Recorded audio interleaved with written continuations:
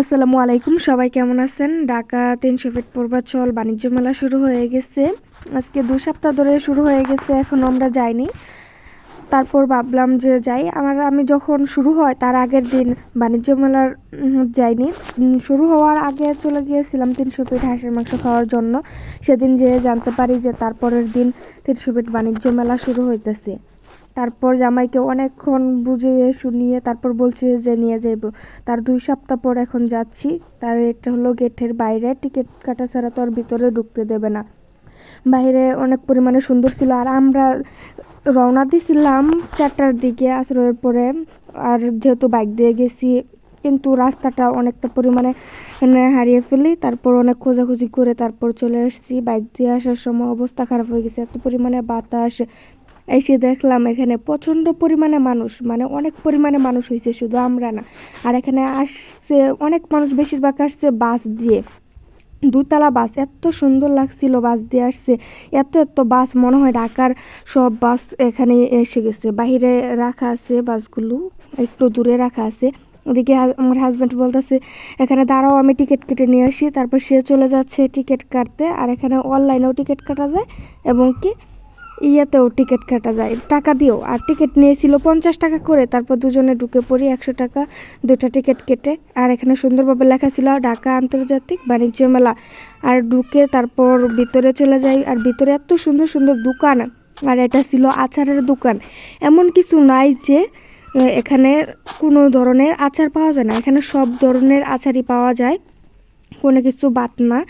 আর দেখেন ভিতরটা কতটা পরিমাণে সুন্দর এবং কি চতুর্দিকে এত পরিমাণে লাইটিং। এখানে ছিল স্কুটি, বাইক, এখানে এত পরিমাণে জিনিস বা বলার বাইরে, এবং প্রচণ্ড পরিমাণে দাম যা আমাদের সাধ্যের বাইরে। আর এখানে ছিল কনসার্ট।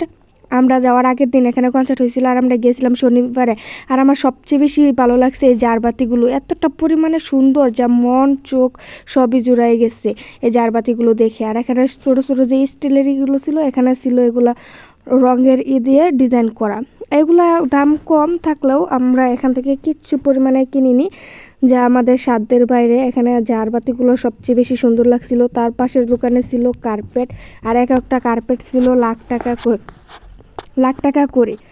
আরে ভাই, এত টাকা দিয়ে কার্পেট কে কিনে? এত টাকা দিয়ে তো ঘরই তোলা যায়, ঘর বাড়ি বানানো যায়। আর এখানে ছিল স্লিপার পোলাপানের খেলানোর জন্য, এতটা পরিমাণে সুন্দর লাগছিল এখানে যা বলার বাইরে। এখানে ছিল নাগরদোলা এবং কি অনেক ধরনের রাইড ছিল রাইডে ওঠার জন্য। আমরা এখানে কোনোটাতেই উঠি নাই। আর রাইডের জায়গায় মানুষ কম, কিন্তু মানুষ বেশি হাঁটাহাঁটি ঘোরাফেরাই করতেছে। কয়েকজন মানুষ বা কিনে, সবচেয়ে বেশি ঘোরাফেরাই করতেছে আমাদের মতো আমরা। আর এখানে ছিল 3 পিসের একটা দোকান, এমনকি অনেক ধরনেরই কাপড়, এখানে জামা পাওয়া যায়।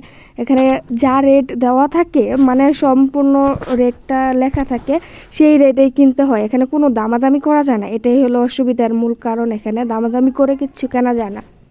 এখানে ব্লেজারের দোকান, একটা বাচ্চাদের খেলনা, এত পরিমাণে দাম যা বলার বাইরে। ব্লেজার অনেক দোকান ছিল। এখানে ছিল মেয়েদের ব্যাগ, হাত ব্যাগ, সাইড ব্যাগ এবং কি ব্যান্টি ব্যাগ, অনেক ধরনের ব্যাগ ছিল। আর এখানে ছিল ঘর সাজানো ফার্নিচার, একদম কম্বো সেট ধরা, যা যা লাগে ঘরের যাবতীয় ফার্নিচারই এক সেট ধরা এখানে ছিল। এত পরিমাণে সুন্দর লাগতেছিল ফার্নিচারগুলো, যা বলার বাইরে।